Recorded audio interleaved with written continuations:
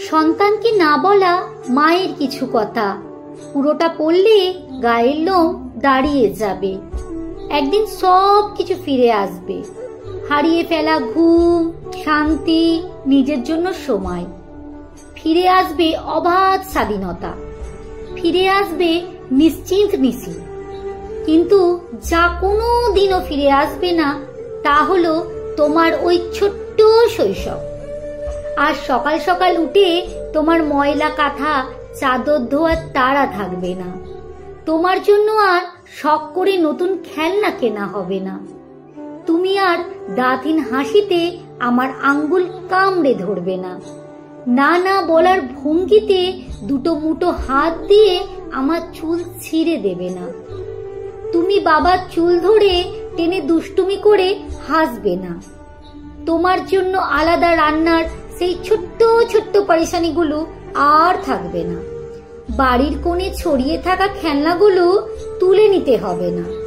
নতুন খেলনা দেখলেই বাবার উচ্ছ্বাসিত চোখে সেই ভালোবাসা আর দেখা যাবে না।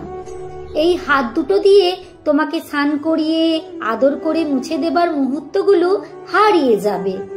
ভরা বুকের উষ্ণতায় তোমাকে জড়িয়ে ধরে ঘুমের পড়ার মুহূর্তগুলো ফুরিয়ে যাবে।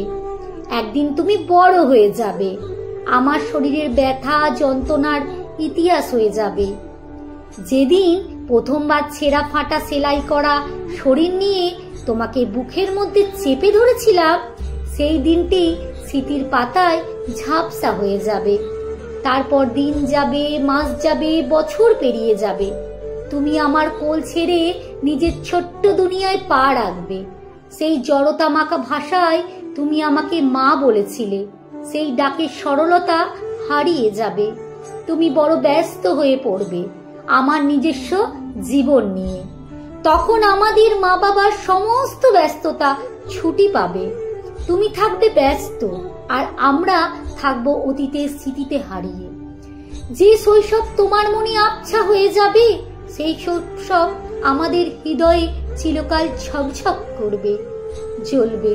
কখনো একটিবার মনে হয়তো পড়বে তোমার ঘুম পাড়াতে, খেলনা গোছাতে, ভালোবাসায় ভিজিয়ে রাখা সেই সব দিনগুলো। আর আমাদের মনে পড়বে তোমার ছোট্ট হাতের টান, দুধের গন্ধ মাখা শরীরের উষ্ণতা, তোমার নির্ভরতা, তোমার অবুঝ ভালোবাসা।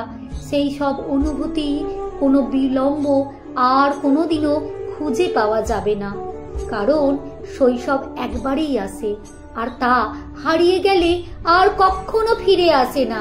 মায়ের ডায়েরি লেখাটি সংগৃহীত।